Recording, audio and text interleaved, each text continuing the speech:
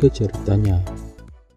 Film diawali dengan memperlihatkan para tahanan yang sedang melakukan pekerjaan kasar.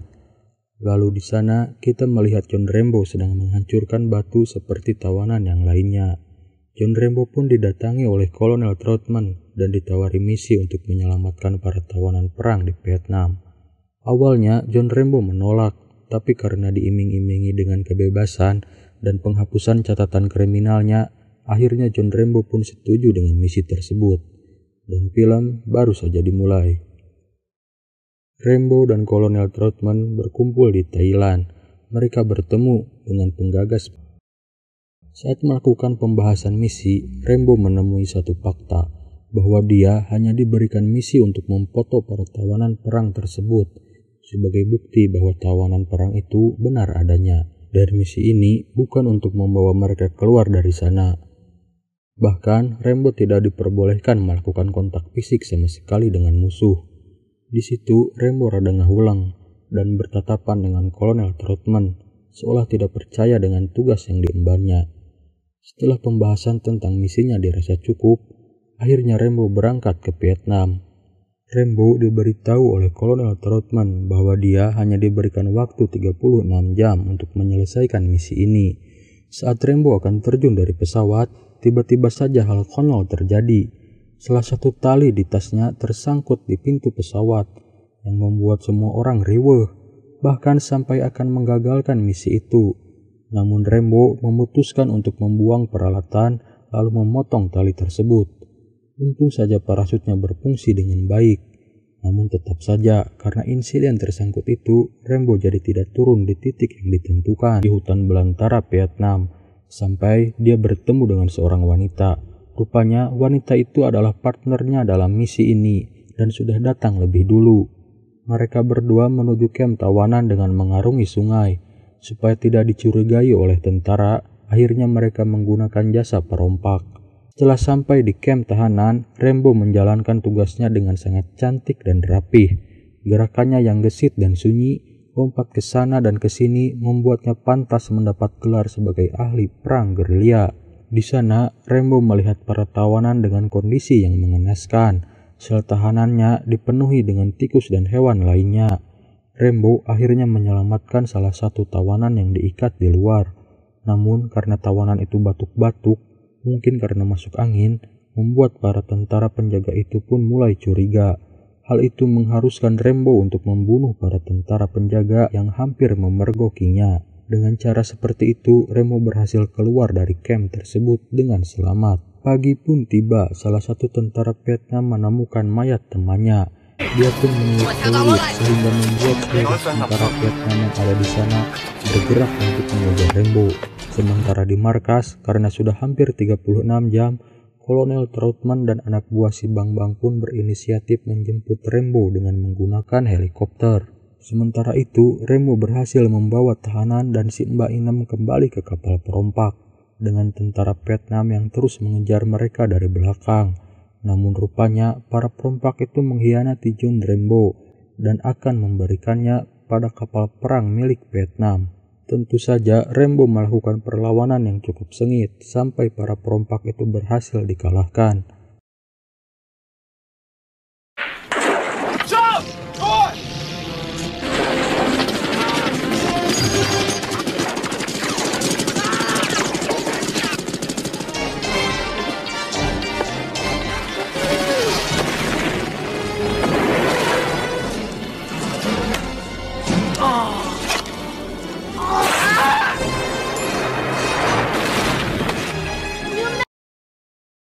John Rambo, Mbak Inem, dan si tawanan yang berhasil selamat dari para perompak itu pun kembali berlari menjauh dari kejaran tentara Vietnam. Namun, di tengah jalan, Mbak Inem memisahkan diri dari John Rambo.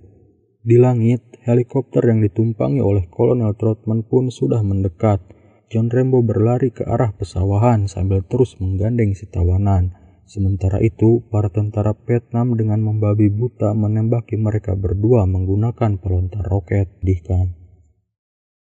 Setelah helikopter menjauh, John Rambo dikepung oleh tentara Vietnam dan sambil menjatuhkan senjatanya, dia menyerah. Kolonel Troutman kembali ke markas. Dia dan si Bangbang terlibat cekcok yang pada intinya adalah pemerintah enggan menghargai para pahlawan perang Vietnam itu, mau dalam hal memberi santunan pada keluarga yang ditinggalkan atau membayar denda akibat kerusakan perang yang ditimbulkan oleh Rembo. Pada titik ini, si Bangbang sudah tidak mau tanggung jawab kepada Rembo. Di akhir kalimat, Kolonel Troutman mengatakan bahwa si Bangbang membuat kesalahan besar dengan mengorbankan Rembo. Si Bangbang pun nyengir tepuguh. Sementara itu di Vietnam, Rembo menjadi tawanan. Dia disiksa oleh para tentara Vietnam. Tidak lama setelah itu, datanglah pasukan dari Rusia. Pemimpinnya kita sebut saja Kolonel Panjosky, menyuruh para tentara Vietnam untuk membersihkan Rembo supaya dia bisa menginterogasinya.